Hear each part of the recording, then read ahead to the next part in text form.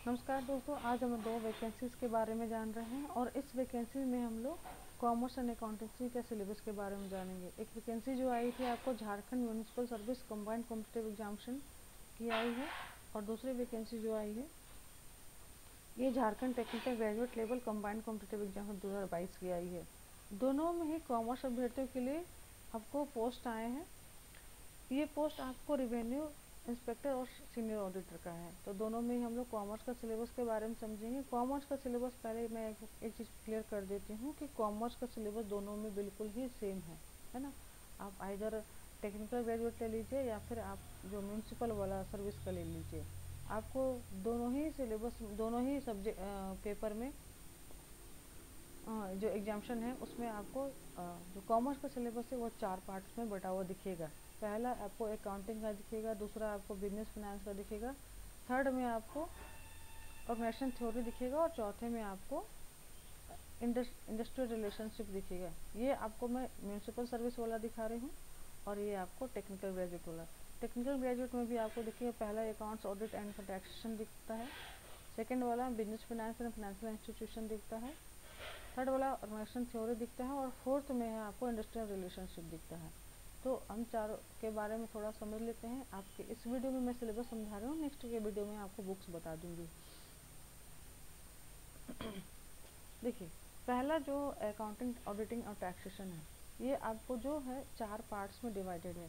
और आगे जाने के पहले मैं आपको एक क्लियर कर देती हूँ कि इसके बारे में मेरा इन डेप्थ नॉलेज इसलिए है बुक्स के बारे में, सब्जेक्ट के बारे में, जिस बिकॉज मैंने I com, B com, M com Jharkhand से करके रखी हूँ और मेरा PhD भी commerce and management department Ranchi university से है। तो काफ़ी डिटेल्स नॉलेज होने की वजह से साथ साथ मैं कॉमर्स अभ्यर्थी को काफ़ी पढ़ाती ही रही हूँ। BPSC में भी मैंने कॉमर्स का जो सब्जेक्ट है ऑप्शनल पेपर BPSC मेंस का, उसको मैं गाइड करती हूँ और साथ ही साथ इकोनॉमिक्स पढ़ाना, मेरा इकोनॉमिक्स भी मेरा एक कोर्स सब्जेक्ट रहा है। तो आइए समझते हैं चीज़ों को। ये अकाउंटिंग ऑडिटिंग और टैक्सेशन में आपको जो कॉमर्स का पेपर है उसमें सबसे पहले आपको फाइनेंशियल इंफॉर्मेशन सिस्टम पढ़ लेना है। आपको डिटेल में बिल्कुल भी नहीं जाना है ना। इसमें आपको जो बिहेवियरल साइंस है और वो method of accounting of changing price level है उसको आपको जान लेना है। कंपनी का अकाउंट्स है, इसमें एमालगमेशन, एब्जॉर्प्शन, रिकंस्ट्रक्शन ऑफ कंपनी उसके बारे में पढ़ना है। होल्डिंग कंपनीज के बारे में पढ़ना है। शेयर और गुडविल का जो वैल्यूएशन होता है उसके बारे में पढ़ लेना है। यानी कि एक लिमिटेड ही पढ़ना है, ऐसा नहीं कि आप बीकॉम में जो हम लोग पढ़ते थे ना फाइनेंशियल अकाउंट का बुक, तो उसको उठा करके साहित्य वन पब्लिकेशन वाला पूरा मोटी सी बुक उसको आपको पढ़ जाना है, उतना नहीं करना है। ठीक है, एक लिमिटेड जो सिलेबस देख रहे हैं उसे उतना ही पढ़िएगा। बी नंबर आप देख रहे हैं जो इनकम टैक्स के बारे में, इसकी भी मोटी सी बुक आती है साहित्य वन पब्लिकेशन की ग्रेजुएशन लेवल में। नेक्स्ट वीडियो में आपको बुक्स का नाम, आपको पिक्चर वगैरह सब बता दूंगी, लेकिन अभी पहले आप समझिए सिलेबस के बारे में। तो इनकम टैक्स का जो प्रोविज़न होता था, इम्पोर्टेंट प्रोविज़न 1961 का जो इनकम टैक्स का प्रोविज़न होता है उसमें जितना आपको इम्पोर्टेंट होता है उसमें खासकर आपको क्या पढ़ लेना है कि आपको जो इनकम टैक्स का डेफिनेशन क्या होगा, डेप्रिसिएशन और इन्वेस्टमेंट अलाउंसेस क्या होते हैं, इनकम टैक्स जो कैलकुलेशन है वो कैसे करते हैं, है ना, और साथ साथ इनकम टैक्स अथॉरिटी, इतने ही पढ़ने हैं। ठीक है, बहुत ज़्यादा डिटेल्स को नहीं पढ़ा, ये नहीं कि आपको पूरा बुक आपको उठा करके जो करीब करीब 700-800 पन्ने की बुक आती थी उसको आप पढ़ जाएंगे। ठीक है, इसके बाद में टैक्स के बाद में आप देखिएगा nature and function cost account, ये थोड़ा वॉल्यूमिनस होगा। आप कॉस्ट अकाउंटिंग का जो बुक है उसमें लगभग ये सारे टॉपिक्स आपको कवर हो जाएंगे यहाँ पे। ठीक है, और आपको डिटेल में पढ़ना, मतलब अगर मैं बात करूँ कॉस्ट अकाउंटिंग की बुक की जो साहित्य वन पब्लिकेशन का है, तो उसका अगर बुक से आप देखेंगे तो ये जितने टॉपिक है आपको उस बुक में दिखेंगे।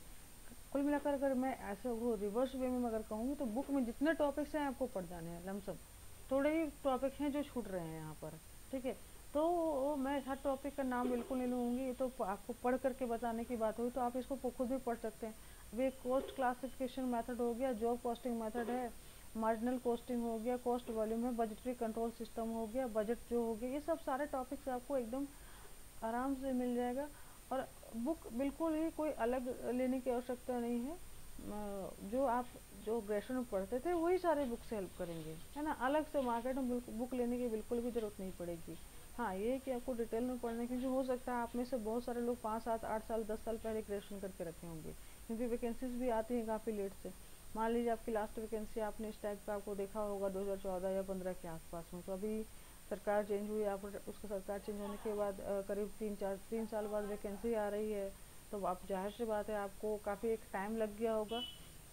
आपका ग्रेजुएशन भी काफ़ी पहले हुआ होगा, हो सकता है आप किसी किसी का ग्रेजुएशन तो 2011, 12, 13 के आसपास हुआ होगा, तो उनको आपको वापस से उन चीज़ों को पढ़ना होगा जो आपने 10 साल पहले छोड़ दिया था, या फिर हो सकता है भूल चुके होंगे। तो अगर आपके पास बुक नहीं है तो फिर आपको बुक भी परचेज करना पड़ सकता है। अगर बुक है तो फिर कोई दिक्कत ही नहीं है। नेक्स्ट वाला डी नंबर जो है आपको ऑडिटिंग का आता है ना, तो वो ऑडिटिंग आप इंटरमीडिएट में पतली सी बुक आती थी आपको अकाउंट्स एंड ऑडिट का, तो वो वाली बुक से आप कवर हो जाएगा, पूरा थियोरेटिकल है ना। हाँ, लेकिन आप अगर कोस्टिंग का देखेंगे तो कोस्ट आपको पूरा का प्रैक्टिकल है ना, इसमें बस आपको थोड़ा थ्योरी मतलब चीज़ों को कॉन्सेप्ट समझने डेवलप करने के लिए आपको पढ़ना होगा, लेकिन ये पूरा का पूरा प्रैक्टिकल था। नेक्स्ट वन देखेंगे business finance and financial institution. तो फाइनेंशियल मैनेजमेंट ये आपको प्रैक्टिकल होता है, आपको पता है कि ये आपको फाइनेंस के बारे में, फाइनेंस मैनेजमेंट के बारे में डिटेल में पढ़ना होगा, ठीक है। इसमें कैपिटल और उसको कैपिटल को निर्धारित करने वाले सभी फैक्ट्स जो हैं, ठीक है, कैपिटल का सोर्स क्या होता है, short term, long term, intermediate, है ना, इन सब के बारे में, फंड कैसे रेज करते हैं, ये सब चीज़ों को पढ़ लेना है, ठीक है। कैपिटल स्ट्रक्चर किसी कंपनी का कैसा होता है, उसमें weighted average cost and capital and the controversy surrounding the Modigliani and Miller model जो होता है वो आपको पढ़ना है। ये आप ग्रेजुएशन में पढ़ के रखे हैं, ठीक है।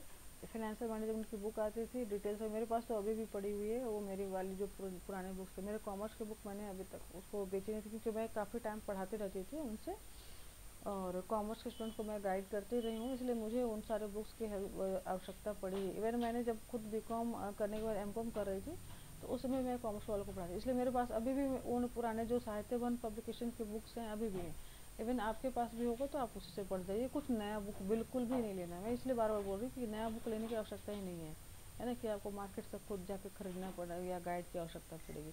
हाँ, एक इन डेप्थ नॉलेज लेने के लिए आपको उसको पढ़ने के बाद एमसीक्यू प्रैक्टिस के लिए किसी हेल्प की आवश्यकता पड़ सकती है, जस्ट बिकॉज साहित्य वन पब्लिकेशन में बहुत सारे एमसीक्यूज नहीं होते थे, है ना, 10, 5, 8, 10, 15 ऐसे करके एमसीक्यू होते थे। तो आप डिटेल में पढ़ेंगे तब जाके एमसीक्यू आप सॉल्व कर पाने के योग्य हो जाते हैं। नेक्स्ट देखिएगा फाइनेंशियल मैनेजमेंट, है ना। फाइनेंशियल मैनेजमेंट में आपको ज़्यादातर जो है वो बैंकिंग ऑर्गेनाइजेशंस आएंगे, ठीक है, और जो इसमें आपको जो नॉन बैंकिंग ऑर्गेनाइजेशन भी आएंगे, या फिर हो सकता है कि जो आपका हम लोग का शेयर मार्केट है, ठीक है, लाइफ इंश्योरेंस हो गया, इन्वेस्टमेंट पॉलिसी हो गया, फाइनेंशियल इंस्टीट्यूशंस हो जाते हैं, इनको भी आपको पढ़ जाना है। एक बहुत ज़्यादा ये आपको इतना जान लीजिए, ये थियोरेटिकल ही है ना, प्रैक्टिकल क्वेश्चन इसमें नहीं आएंगे।